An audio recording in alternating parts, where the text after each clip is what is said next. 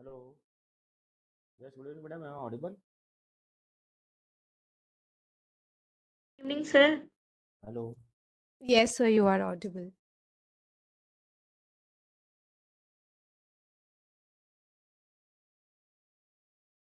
Good evening, sir. Kalpesh, sir. Good evening. Good evening, ma'am. Madam, you are not audible. Am I audible? Yes, ma'am, you are audible. Soumya, you are our student?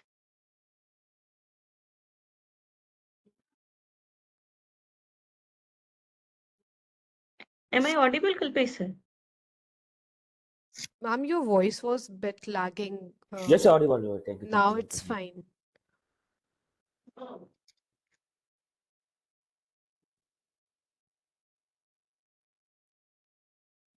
तो थोड़ा एक दो line बोलिए ना थोड़ा I don't know Is my network has some problem? Am I audible properly or is there any problem?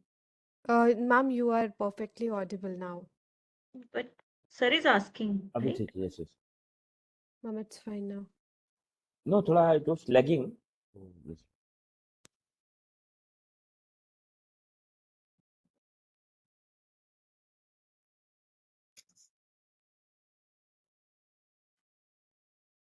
So I hope we'll start in a while, right? Yes yes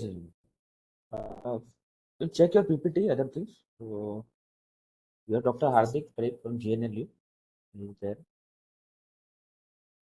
Sir.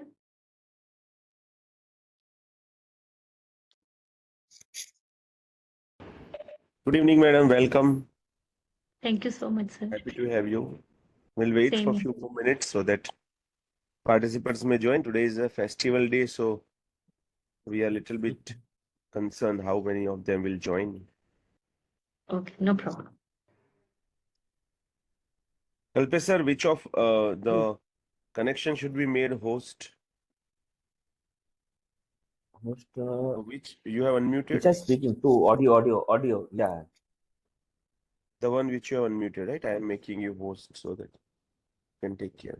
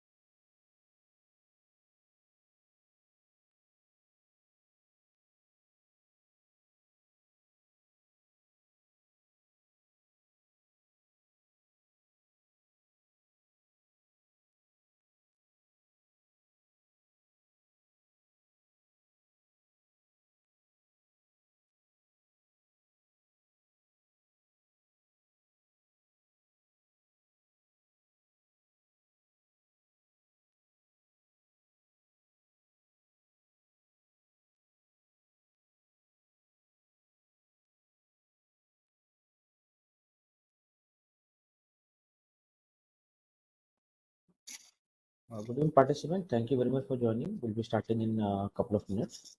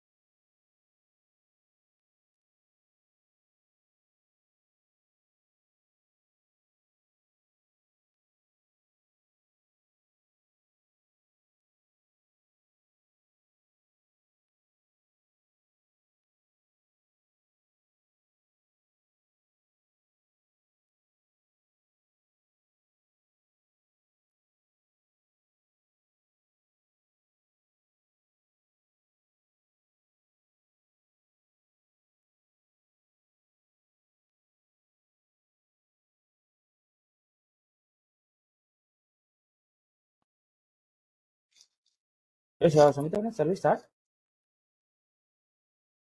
Yes, sir. Please start, sir. Yes, Soumya, over to you. Thank you, sir. Good evening, everyone. I am Soumya Sonkar, a fifth year BLB honors student at the Faculty of Law, University of Allahabad. As a moderator, I welcome you all on behalf of Pro Bono India in collaboration with Pro Bono GNLU Gandhinagar to the 14th day of the session. I hope you all are having a wonderful time engaging with the insightful sessions of this course. It has been an enriching journey so far, delving into various aspects of legal aid and allied laws. And today, we are set to explore a crucial and thought provoking topic: human rights. Human rights form the bedrock of justice, equality, and dignity in every society. Ensuring their protection and promotion is not just a legal duty, but a moral responsibility that binds us all. To guide us through the discussion, we are honored to have Dr. Sangeeta Taak ma'am, an esteemed academician and legal expert. She has been an assistant professor of law at RGNUL Punjab since 2007 and serves as the coordinator of the Center for Advanced Study in International Humanitarian Law. With expertise in consumer protection laws, international criminal law, human rights, and refugee law, she has authored multiple research papers and a book on international criminal law and consumer protection laws. Her contributions to legal education and research are widely recognized. We are privileged to have her share her insights on human rights, a subject that impacts our legal system and society at large. Without further ado, I invite Dr. Sangeeta ma'am to take the session forward. Over to you, Thank you, ma'am. Soumya. Thank you very much, Soumya. Thank you, Kalpesh sir. Thank you, Hardik sir, for giving me an opportunity to share my views on human rights. So I hope we have almost 36 participants right now, those who have come back from Holi celebration. So I'll just share the screen. Just give me a second.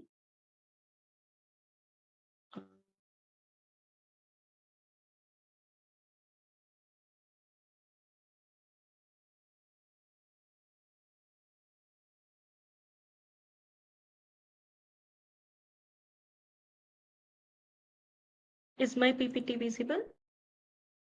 Yes, ma'am, it is. Okay. Thank you very much, participants. I hope we will interact more and we'll discuss human right topic, because since everyone knows human right topic, when we talk about that, what should I speak in human right topic? Even a 10th standard student is being taught about human right. But the problem is with the human right that whenever we discuss human right, we forget to think about the challenges which are we are actually facing and we really hardly know.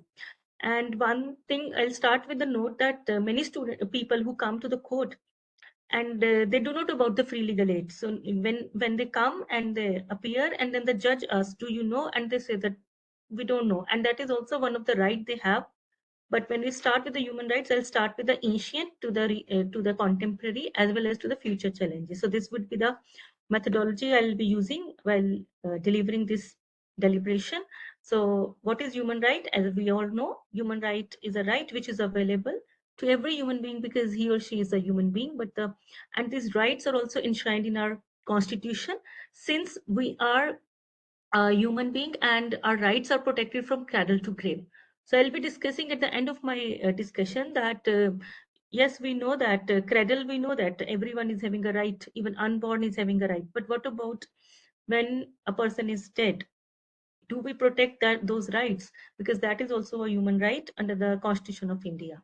Well, that is one question I'm posing to the audience, as well as I'll be discussing the real challenges later on, right? So I hope Kalpesa people can unmute and then also give me some kind of replies in case in the middle of the session, right? Yes. They can unmute themselves and interact also. Right.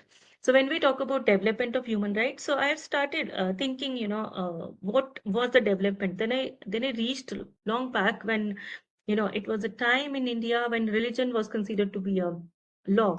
And at that time, I found, even Arth Shastra, Dharm Shastra, and moreover, even in every religion, Hinduism, Buddhism, Sikhism, Islam, Christianity, I could see that there is some kind of a relationship which I could find related to the human rights. So if I just talk about the human right in India, it is available since time immemorial. Although we talk about UDHR, I'll be coming to that.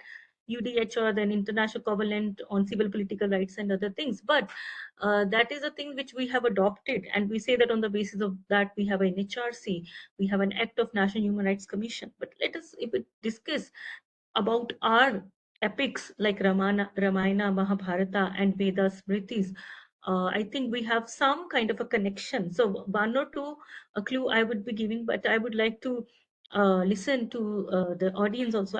I'm very much sure I'll be learning more in this session because I'm sure Kalpesh sir, whenever I organize, it is not an ordinary people who just participate. It is always experienced faculty member who are a part of this uh, system, right? So when we talk about ancient legal system, in that we have found dharma. Dharma was the biggest thing which we used to follow, and I think if we are following dharma, there is no law we need. Dharma means itself that you have to follow the dharma, and in that no adharma would follow at all, and no human right violation would happen. So if we follow dharma, only follow one concept that is dharma, there will be no human right violation.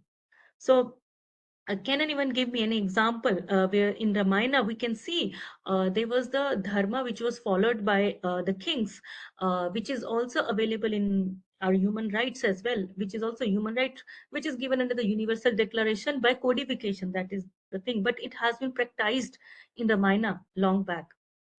So if any one of you can give me some idea, I'll be able to learn more also. So I could see some hands would be there, but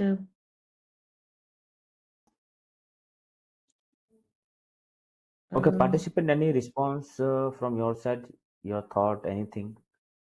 so one I can give when Lord Rama, this Lord Mata Sita came back with Lord Rama after this exile. At that time, people they were suspicious, although Rama had no doubt at all. So what he did, it was he was a king. So if we consider that in India there was a sovereign was king, that was not actually available at that time also, because he followed what people were expecting. He followed the rule of dharma, and in that he also followed that whatever people are saying, will of the people is also kind of a under jurisprudence we read that will of the people is the will of the god, that he followed at that time under natural law theory also. If we see, he followed the concept of dharma at that time when when we say that uh, he was sure, it was not Lord Rama was having any suspicion. It was because he wanted to tell and respect the idea or the kind of a values which the people were following, and they were having suspicion, so nobody would respect a queen whom they don't trust at all. So that's why he asked her to go back. So it was also we can say that he followed the concept of dharma in case of following the rule of a king as a for the kingdom, not as a husband. I'm not talking about right now, that is a separate story. But here when we talk about a dharma for a king, it is that will of the people must be respected. So it was considered at that time. And if we talk about Vedas and Smritis, and that time also Vasudeva Kutamba, which talks about we are a unified family, which is also in UDHR, which talks about that we are a unified family and we have to take care of and respect the human rights of each other, despite of the fact that we belong to any caste, creed, religion, or country. And if anyone raises hand, just let me know. And in Buddha's teaching also, there are many kind of the incident which we find, like the first concept of Buddha, which talk about, right, that we get nirvana, and then we should not hurt anyone. And in Muslim, we can see that there is one verse which comes and says that we should not hurt anyone without reason. So reason is a very important thing. Like a death penalty is not cannot be given to a person if there is no reason at all. And similarly, these are the human right principles which are already there. So any law which talk about death penalty, we say that it is not under the principle of human rights, which talk about human rights says you can't give death penalty, but you can give life imprisonment. So these things are very important and imbibed in our culture so much that we are following it without knowing that these are the principles under the UDHR available, right? So development has happened a long year ago, and under the Indian knowledge system also, Ramayana, there are other things I wanted to explain, but I think this then we will miss NHRC and the constitutional aspect as well. But I'll give little bit of brief about right to equality was followed. I have incidents and stories behind each article we have. But if one could participate, then I would be able to deliberate more. So right to equality was given under Ramayana also, when people from the low caste, they were also given a kind of a equal footage. In Ramayana, we could see so many examples where people were getting the same kind of importance as the people who belong to people who belong to a big places or the to the kingdom. So am I audible, right? Am I audible? Yes, ma'am. Yes, ma'am, you Okay, are. sorry. Sorry. So there was some network message. Then Article 16, equality of opportunity in the matters of public employment. If you see, when Lord Rama made a kind of a full army of monkeys, then he gave the work according to the capability of the person. He did not think that you are a monkey or you are a human being, you are though, so I have to give it differently, different behavior. He gave the importance on the basis of the the employment kind of thing, or the work he gave on the basis of the opportunity as per the capability, without making any discrimination. And we talk about in Ramayana, one more lesson we could see under Article 17, where where we see that story of Shabri, where he ate those fruits which were actually eaten, half eaten by Shabri. She belonged to untouchable caste, but still Lord Rama never discriminate. So these all principles are actually a main model of UDHR, as well as in our NHRC, as well as in our Constitution of India, which fully we are following. But if we follow our a text in a proper way, we find these are not just laws; these are just a way of our living, used to be done or used to be followed by our gods, right? So in Buddhism, as I discussed, that there is no violence principle is followed, and in Islam also we could see right to life, equality, and non-discrimination, and right to justice is there, and these all are actually in consonance to human rights, which need to be followed, even if you don't like to follow human rights, even if you don't know for, human rights. I think at least the person who belongs to a particular religion, he or she knows about the concept of their religion, and by following that, they ultimately follow the human rights. So if we come to the contemporary, that we have a natural law theories which promoted the idea that man is having a right from birth to cradle to grave. For the protection of human rights are always there; they are paramount. Then Dr. Paras Diwan, he pointed out and he said that human rights were practically privileges of a rich and a powerful, and that of a poor man's human rights remained only ornamental pieces. So he also mentioned few articles in I have read, where Parasdivan talk about that a constitution is having some rights, but these are not being protected. But on the other hand, there are various case laws which have proved that human rights are still protected. But the problem is people do not know what is their human right exactly. So if we talk about the natural rights and founded in the in the original, then we say that international charter, we have United Nations Charter, which which is the grundno of human rights, and in that we have a Universal Declaration. Then we have International Covenant, Civil Political Rights, and European Convention. When we talk about International Convention and Civil Political Rights, these are the rights which are already enshrined in a constitution. And we have a National Human Rights Commission Act of 1993, amended recently, and that also talk about it. And we were the we were the few countries. India was was among few countries who signed, these declarations at the first place.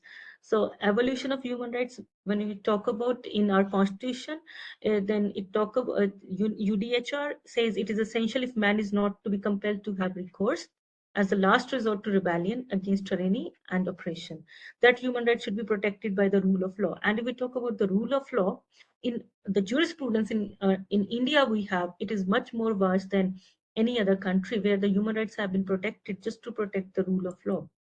I'll be coming to the case studies in that case in a while. Then universal and inalienable rights. When I say that these are the rights which cannot be taken away. So let's say there is a wartime.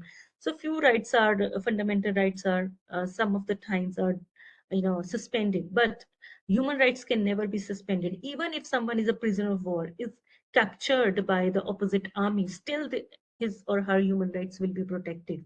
So it is not only during the peacetime we are talking about. We are talking about the human rights even during the wartime. So when we talk about there's an armed conflict going on, there is some kind of a conflict going on.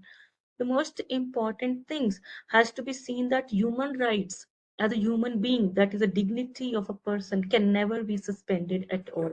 Yes, your freedom to movement may be suspended because there's a curfew or something like that. The freedom to have a property, freedom to live at any place may be suspended because there are some areas where you won't be allowed to go and visit. But at the same time, being human, the rights can never be can never be suspended at any point of a time. And then we talk about uh, you know these are the rights which are inalienable. This is the main feature of human rights. And then indivisible and independent, right? So these rights are, these are such kind of a rights which can be enjoyed fully without the other. Like for example, if we talk about civil political rights, then we can exercise economic, social, culture right. If fundamental rights are violated, we have a right to go to the court, and it does not affect anyone else's right. So my fundamental right is violated, so I have a right to move to the court. In that we have a structure. One is a high court, then there is a Supreme Court. As you all know, I am very much sure 226 and 32, and the 226 is having a wider perspective than 32. So it is all because when we talk about 226, it talks about fundamental right or any other right, and 32 does talk about only one thing, that is if fundamental right is breached, you can approach directly to the Supreme Court. So when we talk about equality, and when we talk about these rights, these have been given proper remedies under the Constitution of India for the protection of human rights, which is a very big thing, because it has been given uh, a very important role to be played by Supreme Court and High Court. Otherwise, Supreme Court has very few situation where it takes on its own cases directly to the Supreme Court. So these are, then there is a equal and non-discriminatory provision that is given under UDHR, and that is also enshrined in the Constitution of India. Then then the rights and obligation, they both are there. And India, among is the, as I have told, among is the few countries who just ratified it, the uh, core human rights treaties. So there are, the most important thing was there are no 9 core treaties, and out of this, all state they have to sign or ratify 1 or 2.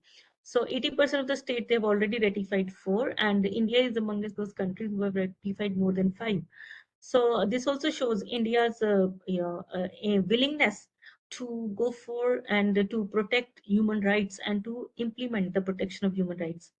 So human rights as a mechanism, and Human Right Act, if I talk about, then I am very much sure you all know the Constitution, the composition, how it came into existence. I'm not going into that detail, but yes, the composition is very, very important. That the major importance is given to Human Rights Act, but at the same time, it does not have, it is a power to refer a case. It does not has a power to decide a case. That is also there. So objective of the act is to establish a commission, which was established, and in 2019 Human Rights Act 1993, it was amended, and it brought various number of provisions effective in functioning of the commission. So we talk about the states and the countries of the commission. Since it was taking, I would like to take you to a slide where I have mentioned few cases in which NHRC has played a very important role. So what happened was, in the cases of, I hope my slide is still visible, right?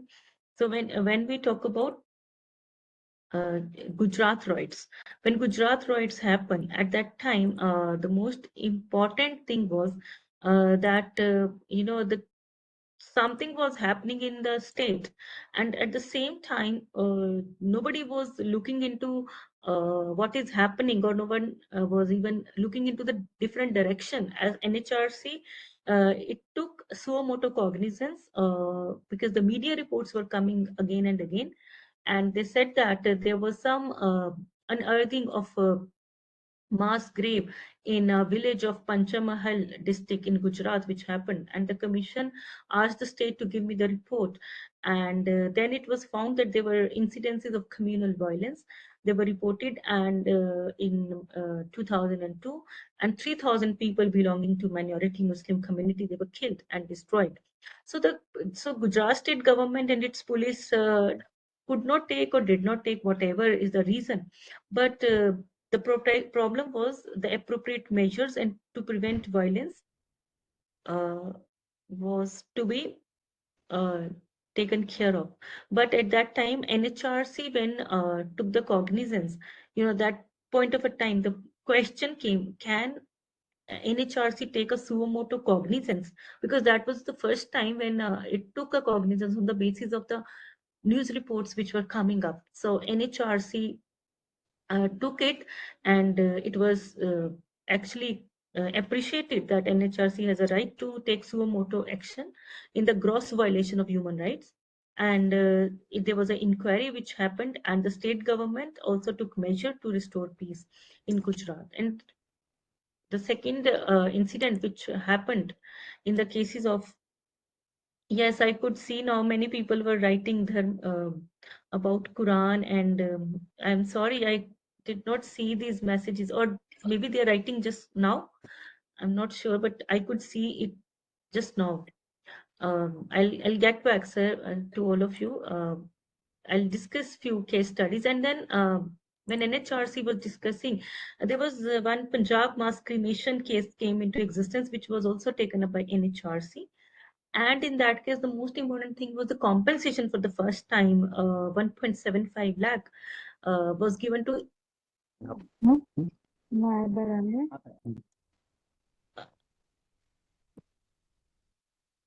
Uh, thank you for muting yourself. So, in the cases of in the case of Punjab mass cremation, so 1.75 lakh was given to the next kin of the victims, and there were 1051 victims. So imagine the Punjab government was directed to deposit. You can multiply it more. It was 1,83925 and 000. So this much amount Punjab was asked to pay per person who has suffered because of the uh, mass cremation which happened in Punjab. And this was a shocking incident also, because, and it is a gross violation, of course, where the large number of human bodies were cremated by the Punjab police. And NHRC said that there is a violation because even a deceased person is having a human rights. And here I would like to bring you notice to one of the incident which happened. I wish to show you few pictures, but this may disturb you. I had written a paper on dead body management. Uh, uh, we should have in India. If you just Google, you would find that dead body management.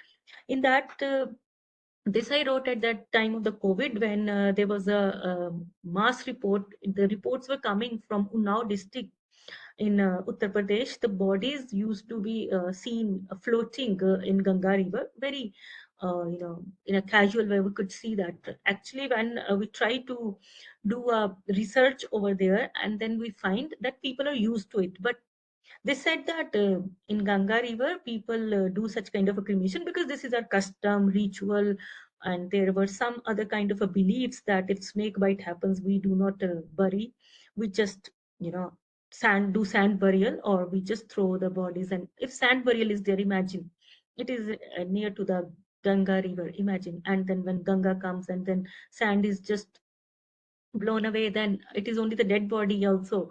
And they could see, but they said that during the COVID, what happened, since there were so many deaths happening, so that's why that picture was captured by the media or by the satellite or by like that, and it came into highlight. But they said otherwise it is a very casual thing for us. Anyone from Uttar Pradesh and does know about Unnao district and this happened?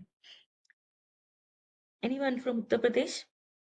In this group of intellectual galaxy of people, 47 we have, who is from Uttar Pradesh and knows about Unnao, where such kind of a things are happening, and they do not know it is a human right violation because they think we have done a sand burial and the things are over. And imagine in the cases we are discussing by NHRC, uh, where we could see that Well, Soumya, if anyone Sonia, you writes, can please also let me know. respond if you know. Oh, No, sure, ma'am. Soumya also, Yes, you ma'am. also let me know, Soumya, where if there is, Soumya is from Uttar Pradesh. Yes, ma'am. You are originally from Uttar Pradesh, right? Yes, ma'am. Okay, I thought you were just studying over there. Okay, No, ma'am, I'm so from Uttar Pradesh and I know about such incident happening in Unnao. I was just waiting for the other participants to reply. yes, I'm Sorry. very much sure you're a sensible girl, and I'm sure, and this is a recording session, right? Yes, ma'am. So we'll see. And Soumya, you can also reply. You must be knowing that there are, when we did a research, they said that, when a snake bite happened, when a child below the particular age, 5-year age and all, these people die and all, Hannah, we did just do a sand burial, or we just, so for them it is very normal. But you think about as a principal of NHRC, or those who are studying and delivering lecture or doing research, for them it was a sheer violation of human rights, and the government is also aware about it. Yes, Soumya, what do you say? Do you think it is, they are okay with it, right? I'm not talking about your views, but in general I'm talking about Yes, ma'am, their. it's actually happening. It's actually being practiced, and earlier there have been instances where government tried to, I mean, they tried to prevent it, but anyways, people are doing that. Yes, and people are doing, and there are other reasons also which we came to know, because they are so poor, yeah, right? And that's why also there's a possibility, that it is happening. But earlier they said it was just one or two bodies they used to see, but during the COVID, it happened multiple times. It was seen over there. So that is also a violation of human rights, of course. When we are discussing so much and we are saying that there was a mass cremation, for that the government has to pay 1.75 lakh to 1051 victims. Imagine. And now district people think that it is okay. And for a dead body, if you're not giving respect to a dead body, then we are also violating the constitutional right of a person, which we guarantee to every human being, from cradle to grave. Since so that is also a thing which need to be researched by the researcher, and it is also a project where people could actually dig in and work upon it. If you are really looking for NHRC project, so this is the best example, people can go for it. Then there was starvation death in Odisha. So what happened in NHRC took the cognizance. In that case, there was a starvation in, there was a village, Koraput, Bolongi, and in the districts of Orissa. So what happened, the team of NHRC went there and they saw that what is the existing condition. They appointed a special rapporteur also at that time. And NHRC periodically reviews the measure taken by the state government to prevent starvation and all. But when they found that the people are dying due to starvation, that it is sheer violation of the human rights by the state, because how could someone die in a state because of hunger, because that is shows the lack of empathy of the state towards its individual. And then there was an Andhra Pradesh case in which there was a civil liberties committee. There was an Andhra Pradesh Civil Liberty Committee. You must have known that. And they complained to NHRC about there were some deaths which were happening where police were killing people on the suspicion of being member of war group. So I think you are from the war group they used to kill. So these deaths were happening, and the police said that the death took place when the armed militants they resisted arrest.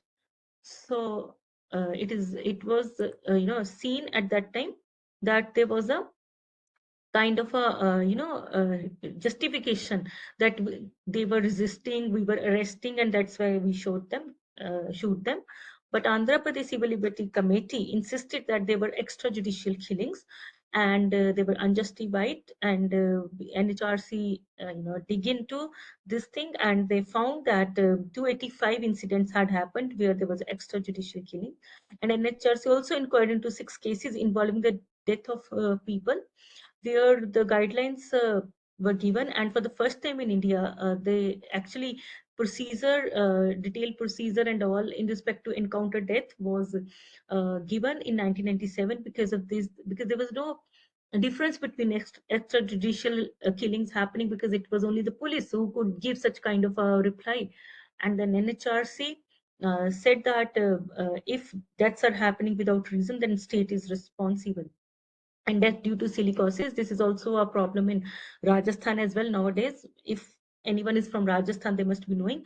And at the same time, this case was taken from Madhya Pradesh, where the laborers they were crushing some kind of quartz crushing factories were there of Godra, and they were dying due to silicosis and death. Uh, they actually know that if we take this dust in the form of silicon dust, and then we will die. It is not like that they are dying and they are not aware of. They know it. And the Indian Express news came in 2007. And the moment it came, NHRC took the cognizance, and on the basis of that, the suo motu take uh, under their investigation, and they make a report in which they found that 200 tribal they had died in the 4 years. And these laborers who returned to their village, back also they died. And they were not getting any compensation or retribution, and they were not having any documentary proof. But these were the major findings I could see to discuss, because these all belong to different aspects. Somewhere police is involved, somewhere hunger is involved, somewhere silicosis is involved. So they have a right to you know uh, widen their scope. It is act is one, but how much work they want to do, it depends upon that, right? Yes, it is definitely. I think, Kalpesar, if you give me at any point of a time one lecture on Indian knowledge system and human rights, that's it, then it would be great. But there are so many very interesting incidents mentioned over here, and but I have to go to the next, maybe in 15 minutes time, which you would be giving me, then we will discuss this. Ashraf Yusuf Khan's, this message you have written, and then we have Ravinder sir, and then many other people have written. So then I will go further after these case studies. I'll go to the point where I have mentioned some of the other aspects of human rights which we consider as a constitutional right, but they are under the actual purview of human rights. Ike Gopalan, I'm skipping because the positive time, but I'll go to right to privacy as a part of Article 21. So there used to be a time, everyone knows that, Roti Kapda Makan was used to be our right to, sorry, not that livelihood, but privacy was considered to be a very small concept. Now, so if you ask a student to show your mobile phone, that is also breaches their, privacy.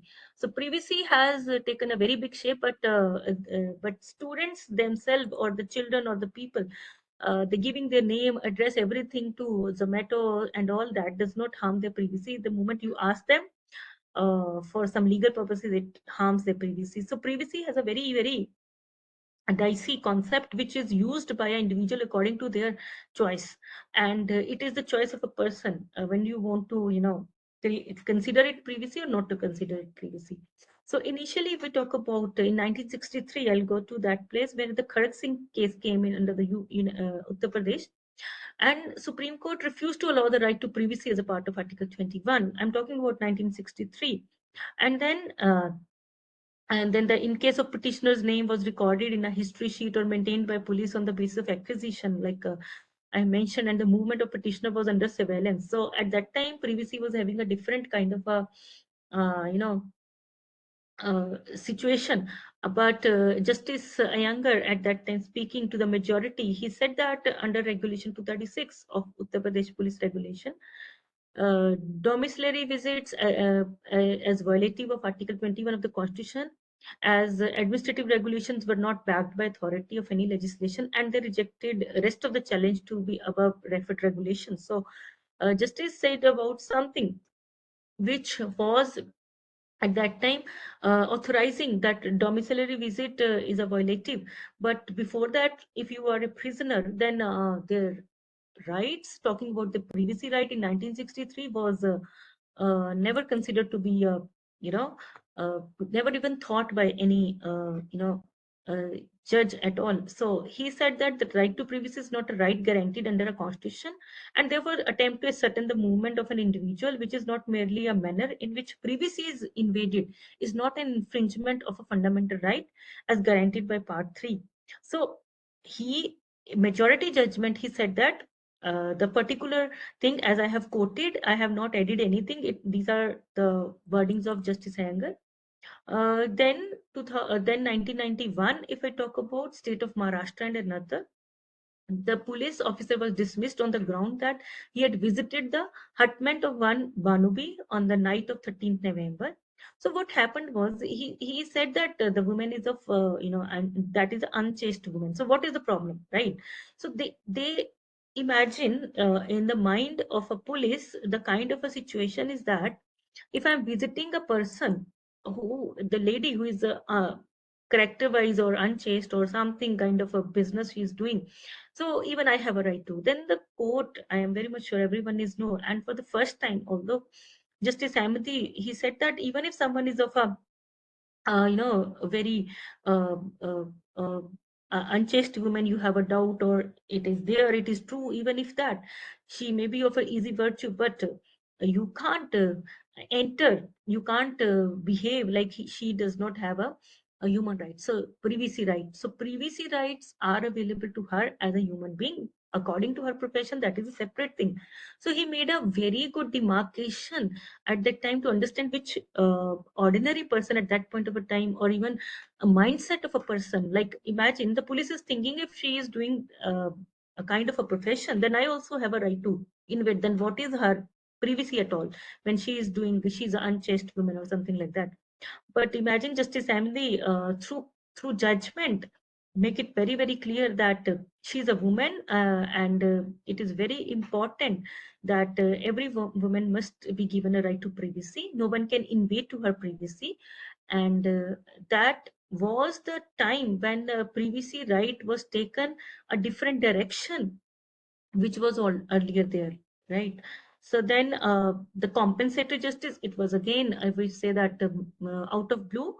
And compensation, you imagine that we are not even thinking about for prisoners right as a human right, but at the same time, under Article 39A of the Constitution, giving equal right, free legal aid, all these things, and compensation, even if there is a state who does not follow the human right properly, even for the prisoners, then they must be given compensation, like a Rudal Shah case and other case.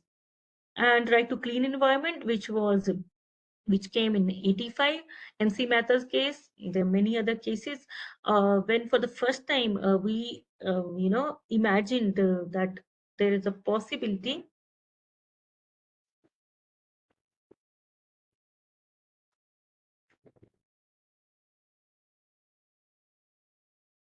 Light चलेगी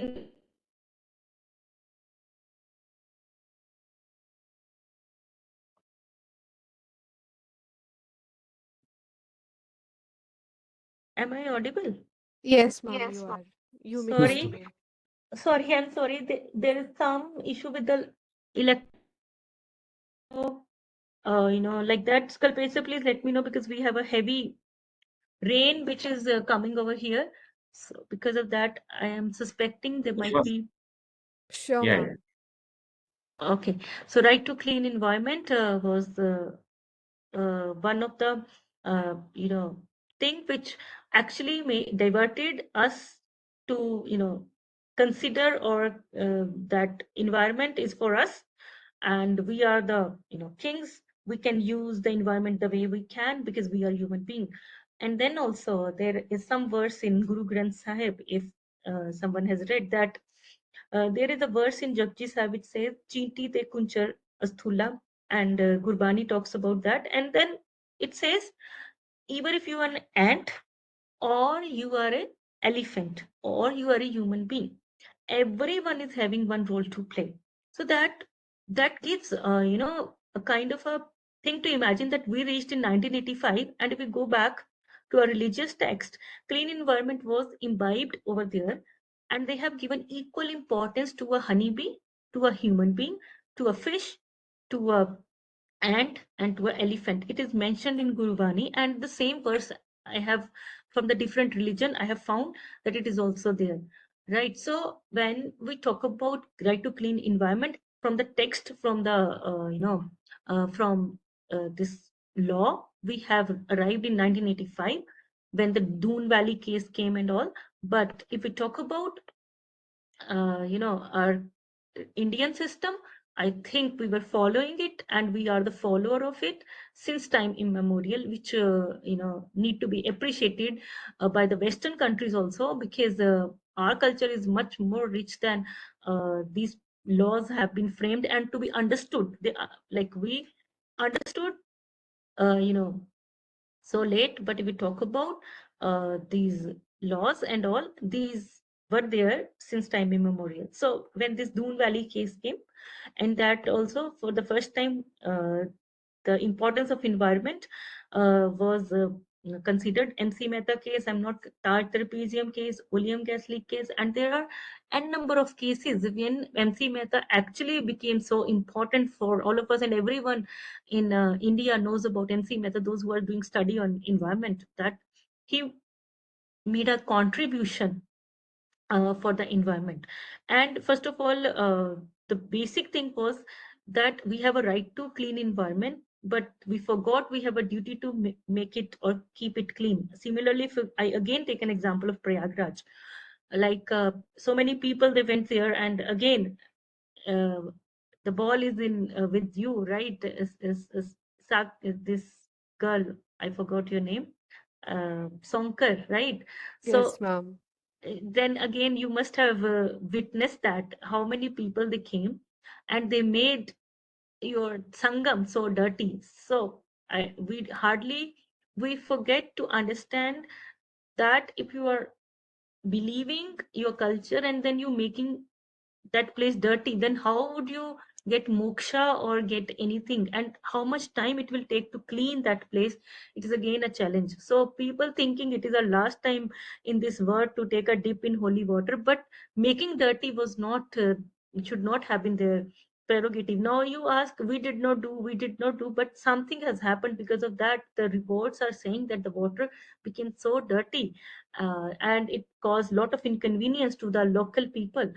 That is again, I think we need to understand where our uh, religious faith starts and stops, and where our duties towards that place starts and stops, because that is a very, very important thing to take from this Mahafum, to take this from our culture. Just following, we have to just go and take a dip and everything would be. And the other example out of the track I'm talking, in Jharkhand, there was a case everyone must be aware of, that the man locked the mother and went for this to take a holy Yes, dip, ma'am. and then the moment he came back, he was arrested because she was so she was hungry, and he thought that he'll come back in 2 days, but he came back after 5 days. So I don't understand how taking a holy dip will take him to get moksha, uh, or to get heavens. Anyways, that is a different story at all. But when we are making an environment to be so damaged at this situation, and then we are talking about the human right, it is not possible. Clean environment only can make us to reach to the level of, you know, uh, human rights, to get our human rights implemented.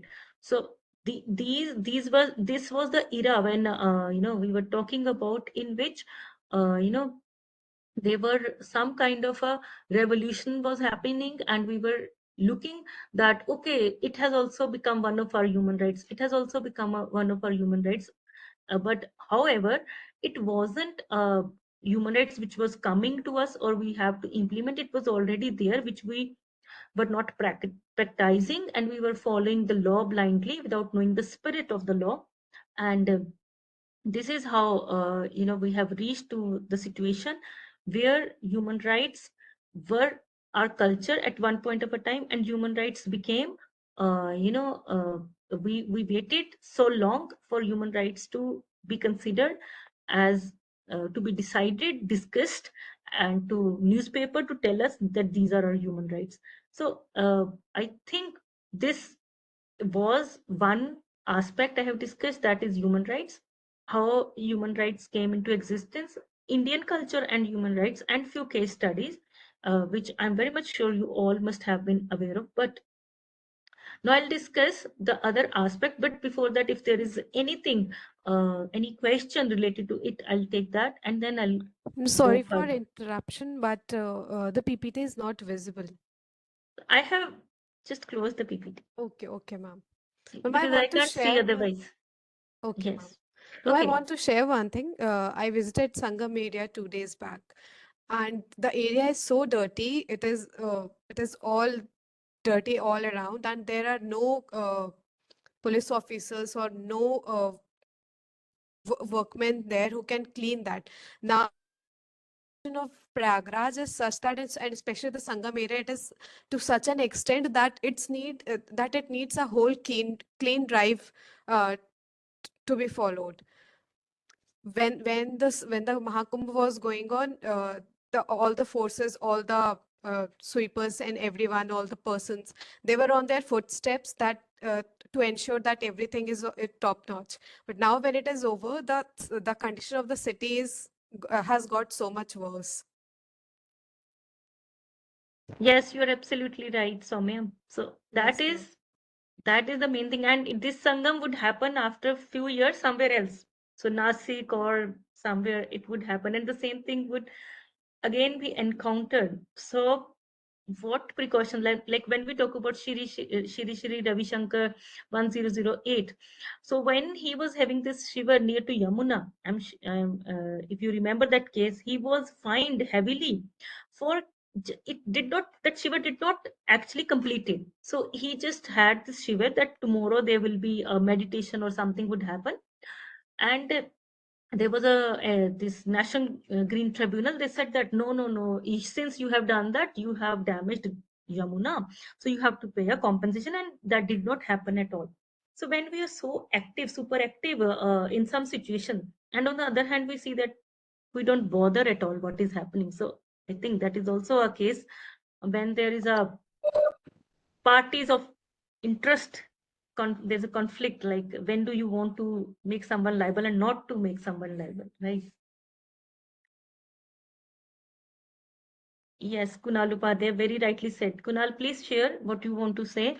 Can you just unmute yourself? NGT. Yes. So you would see NGT, if you start writing on NGT, the cases which he takes, you know, so aggressively sometimes, and sometimes NGT is nowhere there. So where is NGT in case of Prayagraj? Can Kunal be unmuted?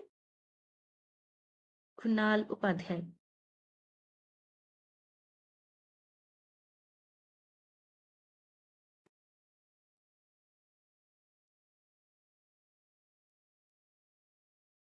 Hello, am I audible? Yes, Kunal, you are audible. Ma'am, actually I'm working with government of Gujarat, and yes, here we have also SGT had made some thing for us because as far as solid waste management is concerned in municipal corporation areas, uh, solid waste management which is targeted to be resolved. Otherwise, they are imposing fine on us for that reason. Yes. Thank you for your inputs. Yes, you're absolutely right. They fine, they do, but in case of Prayagraj, they forgot. Yes, ma'am. We hope it may come in across in action later. After Yes. some time, after a few months, it may come in action. But that's why when you mentioned this Art of Living Foundation, at that time it happened before there was no the event did not even completed, right? The event did not happen. So my point is there has to be a kind of a some kind of, if it would have happened, they would have harmed, then the things would have been different. But they said that since you have done this, you have put these many chairs and benches or whatsoever, and you are liable to give us this much of fine. I did not understand. There are so many other cases which need to be taken in where out of living should be taken as a precedent, and the same way they should be treated. But it is like that. Yes, ma'am. Yes, yes, During ma'am. during Mahakumbh, they had just NGT had just asked CPCB to submit the water samples when it was going on. And after that, there's no such any stance up till now. No, then recently they come up with it's good. It was good for bathing. They come up with this then. CPCB they submitted report. You know how things happen. There was a disparity in sample taken. Yes, Then sir. said okay, and then come up with the It boat wala ne isne kamaya, right? In 45 days, 30 crore rupees. You know, but what about other things? So things are there. not about boatmen, about beggars without tax income.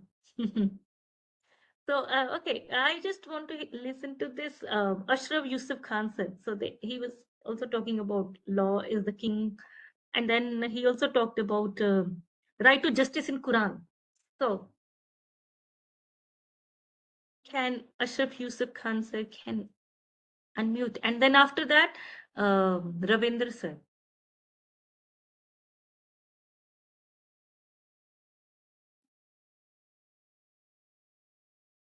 Yes, Dr. Gurdeep very rightly said that to make cities dirty in Jaipur. Yes, I went to Jaipur and I saw that every place was like that. Yes. And then how much human right would help us, how much court would help us when we are ignorant about what we are doing and we say that someone else has to do, else has to take cognizance, suo moto cognizance. How much will you take cognizance? So Kalpesh sir, I think I'll go to just contemporary challenges and then we'll just wind it up because it is already 7:55 and you have your uh, festival also, right? So when we talk about contemporary challenges, in that there is a problem in dealing with when we talk about human rights. The major thing is uh, like a dead body management. Dead body management is the one such area where no one is looking into because the moment it is gone, person is gone, no one is even bothered about how the dead body is to be treated. But few time back when the person was alive, we that person was everything to us. The moment the it became a dead body, then it became of no use and we hardly know what to do with it. That is the mindset uh, of the people, that we hardly know what to do. Then we are actually fell into the prey with the custom and tradition, body ko yahan rakhna, yahan nahi rakhna, ye karna, wo karna, and all these things create lot of trouble to understand and to give respect to a body, and it also creates a human right violation to a body which we give under the constitution, also cradle to grave. And I think that is the major challenge nowadays. For that, we do not have any law that is only based upon religion. Anyone dies, we just everyone deal with that thing body according to their religion. We don't have any kind of a management for that, how it is to be treated, how it should be given due respect, where it should be kept, how we just treat it like that. Okay, tomorrow it has to be cremated, whatever is happening, let it happen. And then there is a weak enforcement of international human rights law, of course. We do not have in India such kind of enforcement mechanism, since there are number of cases, so there is always a pick and choose. Then technology, when we talk about digital rights and freedom of speech, artificial intelligence in human rights, there are so many concerns which are related to human rights. Maybe in future people might not be having jobs. Previously, human dignity would be breached when AI would come up. So that is a basically one of the challenging area. Cyber security and violation and hacking are these kind of human right violation which would happen. Online harassment, we would not be knowing who is doing that, and at the same time no jurisdiction to punish that person. It is going to be a major challenge. And during the wartime, if I talk about conflict, wartime refugees, since this is my area, I can speak 4 hours. And then armed conflict and war crime, which is happening or which was happening. In that case, whenever the war happened, human right violation has to happen, right? Whether it is a war crime, whether it is aggression, whether it would be, there would be sexual violence, there would be torture. So that immediate, accordingly, under the refugee also, refugee people have to again suffer a lot of things, which we are always prepared that if someone is refugee, it has to happen with them. So there used to be a time when the wartime people used to think that if war is happening, rape has to happen. It is only international criminal law which came into existence, and they said that no, no, no, it is not. It is a war crime if you're doing that. Then terrorism, then environmental rights, forced migration, discrimination on the basis of gender inequality. I'm not talking about the male female binary. I'm also talking about LGBTQs, right? And the racial discrimination which happens in the society because there are marginalized people.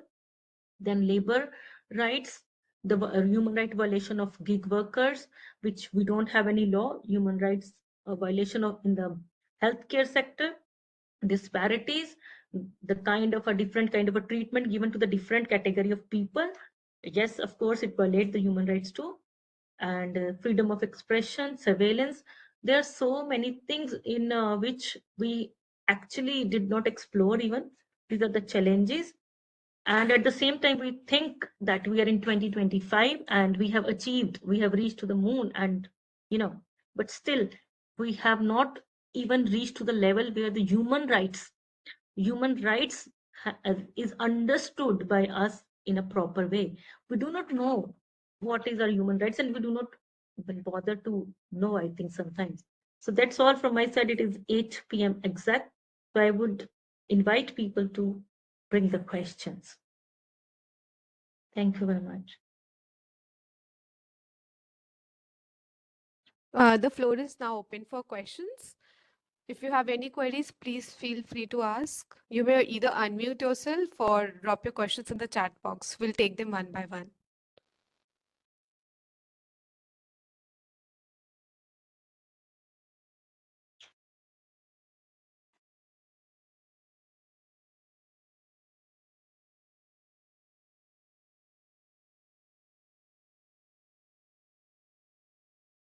Or any suggestion, not only Yes, question. participant, any question, query from your side, you can put it in the chat box or you can unmute yourself.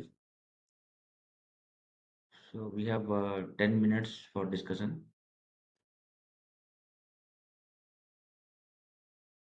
Like there are statements like, NHRC and HSRC, they are like toothless tigers. They just put send the advisory and nothing happens. Like, majority of the cases, I would say. So what's your take on that part? Sir, actually, someone is saying that is enough. In India, people don't even say. So I think even if it is a toothless tiger, whatever it is, but at least it has a reason for suo motu cognizance. That is a big thing. I think they should not be given proper power, because otherwise they'll become a different kind of a politics would come over there, but many states would be targeted and many states would not. But yes, on the basis of Indian Express news, they have taken something. On the basis of something they have taken, the only question I could see always is a challenge that they do not interfere in all the violations. They interfere in pick and choose violation. That is a major aspect to concern, and I think where there the students, the young generation can contribute, since there is a paid internship which is given by NHRC, so they can go there, and in fact in their presentation, Chief Justice also comes sometime, and they can put forward their challenges, and they listen to them. So I think that is a big thing. But still, whatever they are doing is good. What they are not doing, that is a problem. Actually, I have interned there in the internship that you mentioned, and first of all, it was an amazing experience there because their main aim is to spread awareness. And when we saw that they are overburdened with so many cases, that every day, even in the holidays, the applications or mails are coming. So the main problem is that they are overburdened with the queries and the help. So that's why maybe that is one of the reasons that they are not able to solve every case or every problem in timely manner. No, Maybe no, no. this It may be is the not reason. timely manner. If you know, they have started online Yes, system to ma'am. send their complaints. So many people, without knowing where to send, they keep on sending. Yes, They ma'am. send it to NHRC also. They'll send it to UGC also. They'll send one complaint to 100 institutions. So, Repetition and gets there. yes, and moreover, they do not put that evidences and all that. That is also so. Just to find out which one is uh, you know. Uh, uh, which one is the real one, genuine one, and which one is not the real one is actually a problem. I also interned when I was a student in 2003 in NHRC, and back that time there was very less infrastructure. We never used to have PPT. We used to have a different mechanism at that time. PPTs also came after that. So I remember those golden days when NHRC was Research growing up. project. They Yes. divide it in the groups and give us a research project. Same, I did that at that time. I remember I did that farmers suiciding, in a particular village. So why they are doing suicides and all, and it is a That's very good great. experience. I think every candidate, every student must go for NHRC internship once, and if they give their suggestions there, I think it would definitely be, Yes, ma'am. work. Now it's become very active. I've been following them on LinkedIn. Secretary General is there, Bharat Lal sir. He's Yes, keep sir. updating what's happening. So great thing. And I also got the opportunity to represent, something in one of the roundtable discussion Mm-hmm. in one of the Yes, sir. They keep on meetings happening. which I'll be sharing in Hmm. group. This internship is very good. Let me tell you, like constantly they are and giving money also. Not about money. That is fine. Money is there, small amount, but a great experience. And that I also suggested state government, sorry, state HSRC, they should also come up with this kind of internship because everybody are not able to go. Obviously, online internship is there constantly. I can see, but physically they want to do so in a state they can do it. People, just on their own, like through colleges, or they are directly submitting application to State Human Rights Commission. But again, still local law colleges students, they don't have that acumen to how to make an application, what Yes, to sir. do. Still, top-notch students, they go to Human Rights Commission offices, or maybe other, and they get the chance to get to know how to make an application through friends. So so they will understand how things are happening. Right? We keep criticizing they are not working, but if you go Yes, work, sir. inside we'll get to know what's happening. And At least something they are so doing. I think something is better than nothing, They at are least. doing a lot.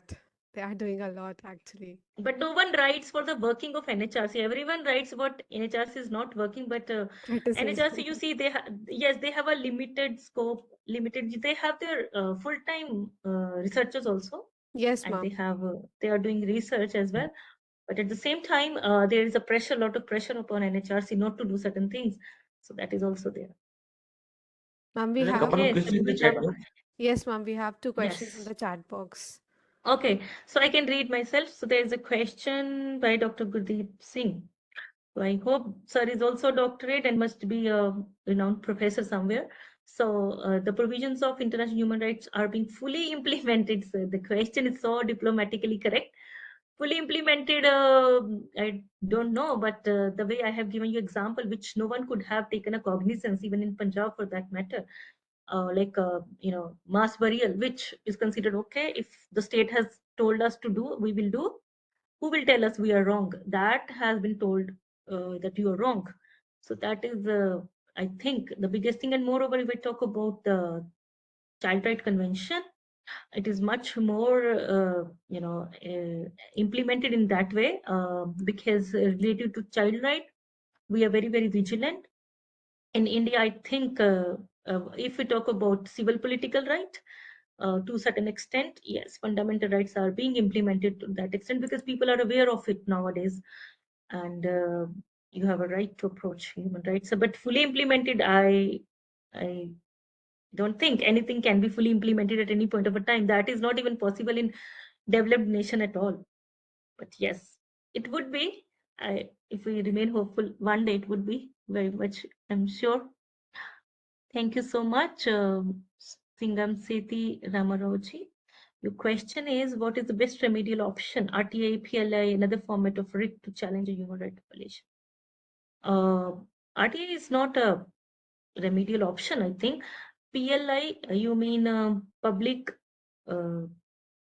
PLI is, don't know. It's PIL, it Yeah, was a PI. Public, mistake from, yes, okay, ma'am, public okay, interest okay, litigation. okay. Public interest litigation. But I think go to High Court directly. So if there's a human right violation, then go and file a writ because there are limited number of writs, and it has to be accepted by the High Court, right? So we have 25 High Courts. So go there and then go for it, because once it is in High Court, then it would be very difficult for the other person to come back from there, right? Otherwise, you going for PIL, RTs and all this, I don't think so. It will take a lot of time. And moreover, if it is such a grave area, go to Supreme Court directly, right? If your case falls under the 5 writs. But I think Gangadhar Rao ji, there's a question whether any police excessive actions with the support of the state on the agitating public, whether would be the role of NHRC. Yes, of course. Yes, it has to be there. It should be there. Someone has to take a lead and bring it into the notice of NHRC. If they are not taking suo motu cognizance, then it has to be brought. The best way is what I also do is write in the newspaper, right? Because if you just Google me, you'll find I write on those controversial areas where people do not write, and sometimes they're too controversial. They did not get published also. So that is also a point. So you must start writing, because you know that writing reaches to so many people in one day, and if it reaches to the right person, it would be definitely be taken. I think it should be taken, and you must take a lead. Gangadhar Raoji, you are going to NHRC and going to talk about Andhra Pradesh women tomorrow, isn't it? Whether NHRC provides accurate data on transgender people in India. Accurate data, actually, transgender people themselves don't know. There's a kind of a problem that there's a transmission, or there are many stages. No one is permanent transgender, so there are stages which we have recently came to know. So data is not even with the parents. Sometimes parents do not know that the kid is transgender or not, so that is a problem, because the proof is very, very problem. If someone is saying I'm transgender, you have to believe, but at the same time we do not know whether that person is transgender or not. And then after sometimes in the paper they mention I'm a girl, I'm a boy, so that again there is a, in Aadhaar card it says male or female, and then the person is telling that I'm transgender. So that's why I think there is some kind of a confusion or problem. That's why accurate data getting on these things really, really problem. Yes, there are also violation. Yes, we are the very advanced in human rights, I'm telling you.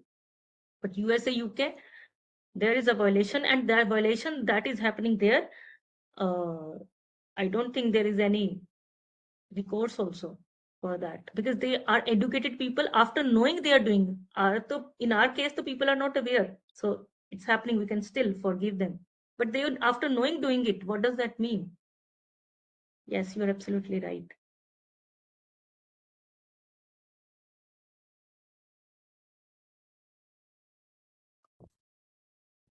Yes, ma'am. There's one more.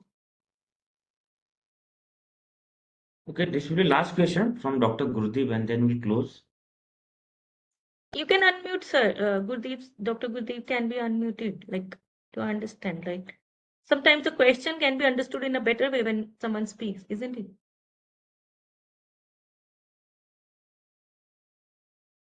Okay, like human rights for PhD scholars. So there is You human rights of guides also, sir.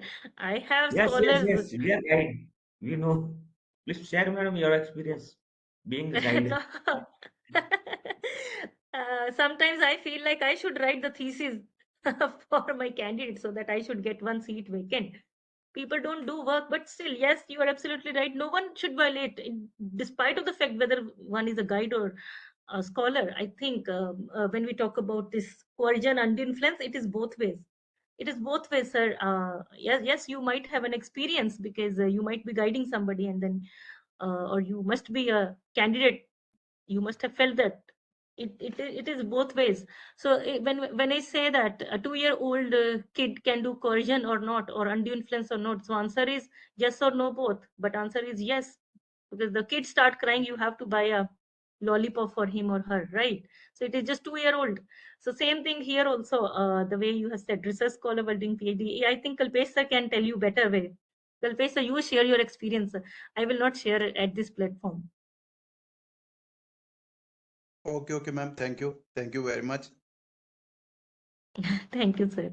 Actually, I have seen in many cases the harassment by the chairman of the department, guide of the department, guide of the research scholar. That's why this is my suggestions. That there must be some rules and regulation uh, how uh, uh, how to supervise a PhD of a research scholars, ma'am.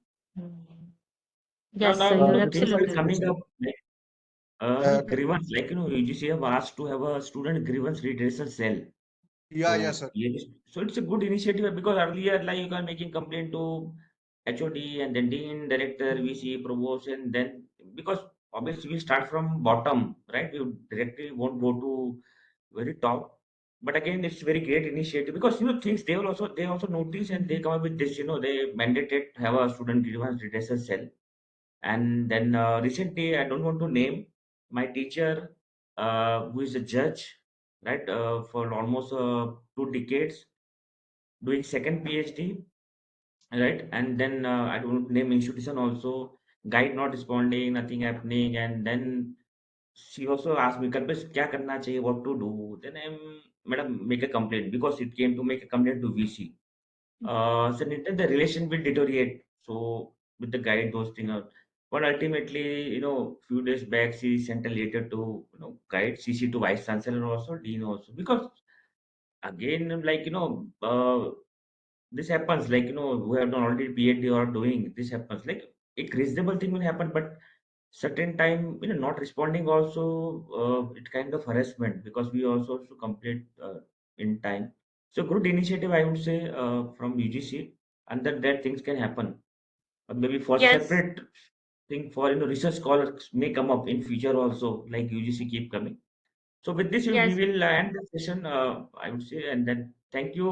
Yeah, Soumya, over to you. Do vote of thanks. No vote of thanks. Fine, sir. I'm No, the fine without students, vote of thanks.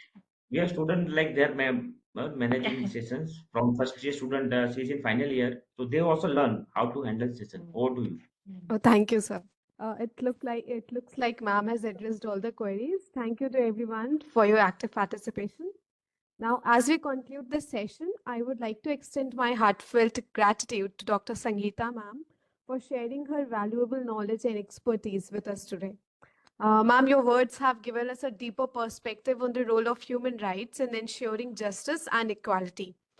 Uh, Thank you so much, ma'am, for because your lecture was not only informative but also deeply thought-provoking, which shed light on critical aspects of human rights protection and enforcement. We truly appreciate the time and effort you took to engage with us and enrich our understanding. The thought-provoking research topics that you suggested will undoubtedly serve as a valuable guide for students and researchers eager to explore this field. A special thanks to Dr. Kalpesh sir and Dr. Hardik sir for organizing such insightful sessions that provide us with the opportunity to learn from experts like Dr. Sangeeta ma'am. And of course, a big thank you to all the participants for your active engagement.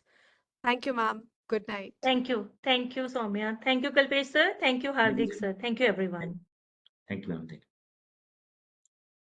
Thank you, madam, and thank you, Soma, for moderating the session, and thank you, participant, for joining.